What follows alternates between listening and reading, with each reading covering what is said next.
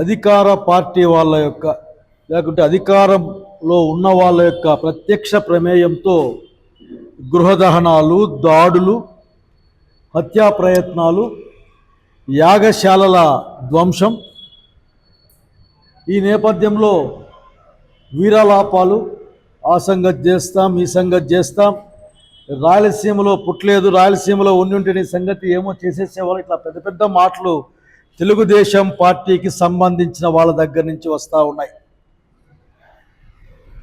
చంద్రబాబు నాయుడు గారు మీకు చెప్తేనే అర్థం చేసుకోవడం కష్టం. మీరు మరి మీ యొక్క కింద కింద కింద కింద వాళ్ళకి అసలుకి అర్థం చేసుకోవాలన్న ఆలోచన కూడా ఉంటుంది అనుకోవడంలే.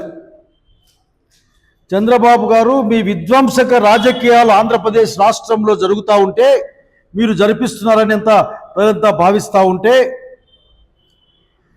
తిరుపతి లడ్డులో మీరు అబద్ధాలు చెప్పారు, సాక్షాత్తు సిబిఐ వాళ్ళు కోర్టుకి ఇచ్చినప్పుడు అందులో ఎటువంటి జంతు సంబంధమైన కొవ్వులు కల్తీ జరగలేదని చెప్పినప్పటికీ బుకాయించే ప్రయత్నం, దాని నుంచి బయటకు వచ్చే ప్రయత్నం కోసం ఈ రాష్ట్రంలో అల్లర్లు అల్లకొల్లాలకి మీరే తెరదీశారని స్పష్టంగా చెప్పడానికి అనేకమైన దృశ్యాలు మాకు కనిపిస్తూ ఉన్నాయి. మీ ప్రభుత్వం, నేనా అని మీరు అనొచ్చు, మీ ప్రభుత్వం, you are the heading the government. అట్లాగే ఆయనతో పాటుగా కొనసాగే ఇంకొక 15 ఏళ్ల పాటు కొనసాగుతామని చెప్పే ఆ డిప్యూటీ సీఎం గారికి కూడా చెప్తా ఉన్నాను. అట్లాగే అంత అద్భుతమైన బూతు భాషని అధికార భాషగా మార్చిన మీరు, బూతుల్ని కూడా అధికార భాషగా మార్చి మాట్లాడుతున్న మీరు, క్షమాపణ చెప్పాలనో పశ్చాత్తాపం పొందాలన్న కనీసం ఆలోచన కూడా లేని మీ యొక్క నాయకత్వంలో ఈ రాష్ట్రం అతలాకుతలమై అన్యాయమైపోతూ ఉంటే, రోజు రోజుకి ఆంధ్రప్రదేశ్ రాష్ట్ర ప్రతిష్ట పడిపోతూ ఉంటే, బ్రాండ్ వాల్యూ పడిపోతూ ఉంటే, ఈ రాష్ట్రం అధోగతికి పాలవుతుంటే ఖచ్చితంగా అప్పుడే డబుల్ ఇంజన్ సర్కార్ అని చెప్పుకునే మీ ఎన్డీఏ ప్రభుత్వం, బీజేపీ నాయకత్వంలోని మీ యొక్క భాగస్వామ్యంతో, ప్రధానమైన భాగస్వామ్యంతో ఉన్న ఎన్డీఏ ప్రభుత్వం నిన్న బడ్జెట్ని ప్రవేశపెట్టింది. కనీసం మీలో ఏ ఒక్కరైనా సరే ఈ రాష్ట్రం గురించి ఆలోచించారా? ఈ రాష్ట్రంలో బడ్జెట్ ప్రవేశపెడతా ఉంటే ఈ రాష్ట్రానికి కావలసిన ప్రయోజనాల్ని మీ సొంత ప్రభుత్వం నుండి, మీ ప్రభుత్వం నుండి సాధించుకోవడం కోసం మీరు ఏమైనా ప్రయత్నం చేశారా? మీరు అనుకోవాల్సిందే మా సొంత ప్రభుత్వం అని. వాళ్ళు కనీసం మిమ్మల్ని వాళ్ళ యొక్క బాడిగ ప్రభుత్వంలా కూడా అనుకోవడం లేదు. మీరు ఊరికే భుజకీర్తులు తగిలించుకొని పోవాల్సిందే ఢిల్లీకి. ఇప్పటికి 27 సార్లు పోయించుంటున్నారు బాబు గారు మీరు, 27 సార్లు. చిన్నాసితక విమానాలు అయితే బాగుందని ప్రత్యేకమైన విమానాల్లో పోయొచ్చుంటారు మీరు. అయ్యా, మీరు మొన్న ఆర్థిక కమిషన్ వచ్చినప్పుడు మీరు చాలా పెద్ద ఎత్తున మహజర్లు ఇచ్చారు. మీరు 50% ఇవ్వాలి మాకు, అట్లాగే జనాభా లెక్కలు తీసుకోవాలి, రకరకాలుగా ఇచ్చారు. ఆ రకరకాలుగా ఇచ్చిన వాటిని మేము చెప్పుకోవాల్సి వస్తే మీ మాటల్లోనే ఆర్థిక సంఘానికి మీరు ఇచ్చినప్పుడు 50% పెంచాలని కోరారు. 50% కాదు కదా, సేమ్ యాజ్ ఇట్ ఈజ్గా 41% వచ్చింది అక్కడ. అంతేకాకుండా జనాభాకు 70% ప్రాతిపదికన గుర్తించాలని డిమాండ్ చేశారు మీరు. పాపం పెద్ద ఎత్తున మర్యాద చేసి, కానీ యాజ్ యూజువల్గానే వాళ్ళు పాత పద్ధతినే పెట్టారు. అడుగుతా ఉన్నా, నీ పలుకుబడి ప్రతిష్ట ఏమైపోయింది చంద్రబాబు నాయుడు గారు?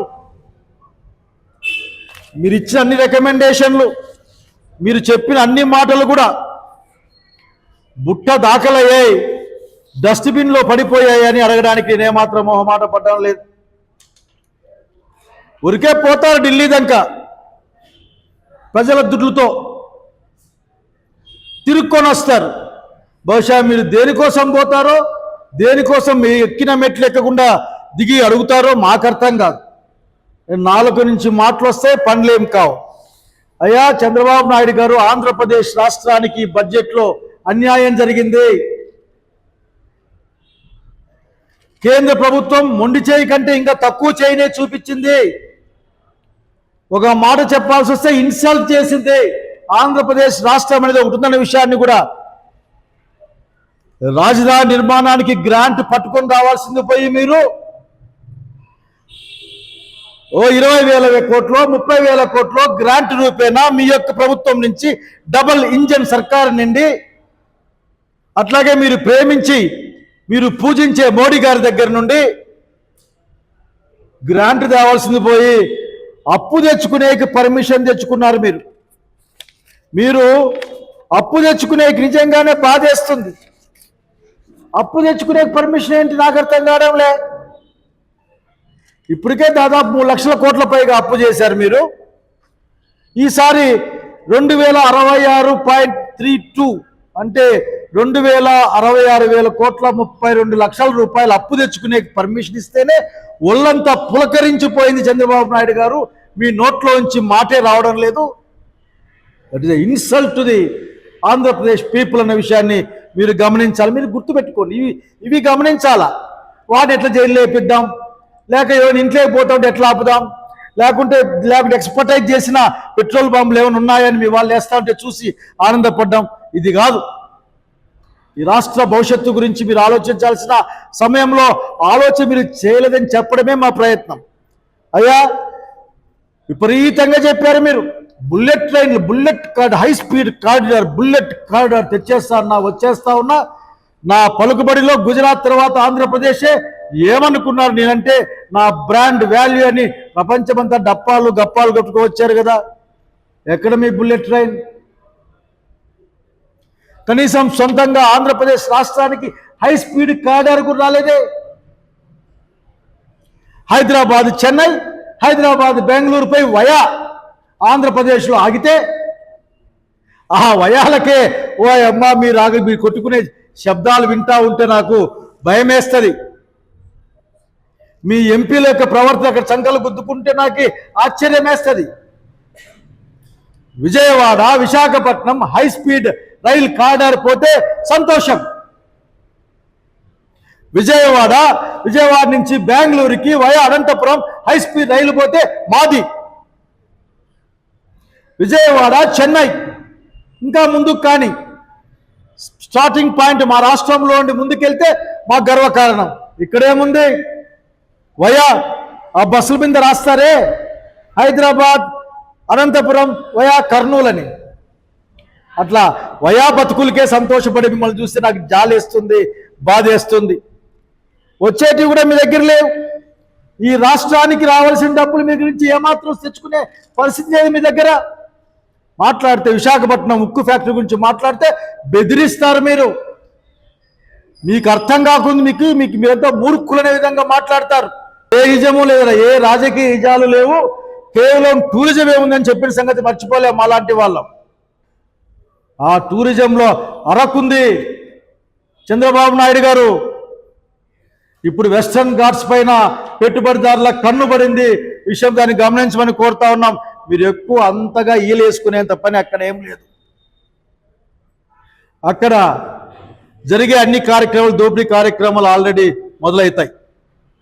ప్రజల్ని పట్టించుకోకపోతే మీకేమీ బాధ ఉండదు. మీ 2,000 ఎన్ని కోట్ల అప్పు అయ్యేది? 2,66,000.32 కోట్ల అప్పు వస్తే చాలు మీకు పర్మిషన్. మీ అమరావతి రైలు ఏమైంది బాబు గారు? ఎట్లా అమరావతి రైతుల్ని మీరు నిరంతరం పాపం మభ్యపుచ్చుతూ ఉంటారు కదా, మమ్మల్ని కూడా. అమరావతి రైలు ఏమైంది బాబు గారు? బహుశా 24లో ప్రకటించినట్లు నాకు గుర్తు. ఆ తర్వాత మెట్రో ఈ మధ్య కొత్త పనులు కూడా మొదలుపెట్టావు. అయిపోయింది. అమరావతి మెట్రోపాలిటన్ సిటీ అయిపోయింది. అమరావతి రైతుల దగ్గర భూములను లాక్కొని దాని ల్యాండ్ పూలింగ్ అనే ముద్దు పేరు పెట్టుకొని మీరు సాగించే రియల్ ఎస్టేట్ వ్యాపారం వాళ్ళకి అర్థమవుతుంది, జనానికి అర్థమవుతుంది. కొత్తది. ఆయనట ఉట్టికెక్కలేనమ్మ స్వర్గానికి ఎగిరిగిందంట. ఆఖరి గుంటూరు, విజయవాడ, అమరావతితో బృహత్ నగరాన్ని ఈయన స్టార్ట్ చేస్తారు. రోడ్లు సరిగ్గా వేసి ఆ నీళ్లు తోడే కార్యక్రమాన్ని ఆపేస్తే మంచిది బాబు గారు. రోజు నీళ్లు తోడే కార్యక్రమం. ఎక్కడైనా నదుల నుంచి పొలాల్లోకి నీళ్లు కొట్టంగా చూసినాం, లేకపోతే మా రాయలసీమ ప్రాంతంలో బాయిల్లో నుంచి నీళ్లు కొట్టుకోగా చూసినాం పొలాల్లోకి, చెట్లకి. అంతేగాని ఊర్లో నుంచి ఏట్లేకి నీళ్లు కొట్టే ప్రాంతాన్ని పెట్టి మళ్ళీ మమ్మల్ని కొత్త డ్రామా, సరికొత్త నాటకం, సరికొత్త మభ్యపుచ్చే కార్యక్రమాన్ని మొదలుపెట్టారు. విజయవాడ గుంటూరుతో ఎట్లా కలుపుతాడు మధ్యలో? అది తాడేపల్లి మంగళగిరి ఉంది కదా, దాన్ని మర్చిపోయేట్లాడు బహుశా. ఇటువంటి వ్యర్థ ప్రలాపాలు, వ్యర్థ వాగ్దానాలు, శుష్కం మాటల్ని కట్టిపెట్టి రాష్ట్రానికి అన్యాయం జరుగుతుంది, రాష్ట్రం కోసం బయలుదేరమని మీ యొక్క అత్యంత శక్తివంతం కాదని తేలిపోయింది. 27 సార్లు వహించారు ఢిల్లీ. అసలు నెలకోసారి కంటే ఎక్కువ పోయినట్లే ఉన్నారు సగటున. ఈ రాష్ట్రంలో విధ్వంసం ఎట్లా చేయాలా, సామాన్య మానవుని ఏ విధంగా భయపెట్టాలా, నీకెదురొచ్చే రాజకీయ ప్రత్యర్థుల ఇండ్లు ఎట్లా కాలిపోతుంటే సంతోషపడాలా, లేకపోతే పోలీసులు అక్కడ ఉన్నా సరే పని చేయకుండా ఏ విధంగా ఉన్నారో ఆలోచించకుండా వాళ్ళని చూసి బహుశా మీరు ఆనందపడతా ఉన్నారేమో నాకు తెలియదు. రాయలసీమ ఎత్తిపోతల పథకాన్ని ఆపేశాయని చెప్పుకుంటారు రేవంత్ రెడ్డి చెప్తే.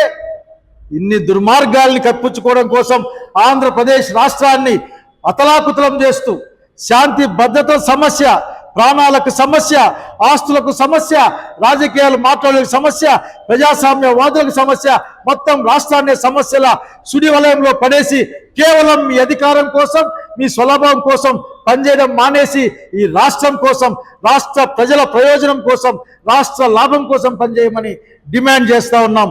ముఖ్యమంత్రి గారు కనుక విజ్ఞప్తి కూడా చేస్తూ ఉన్నాం.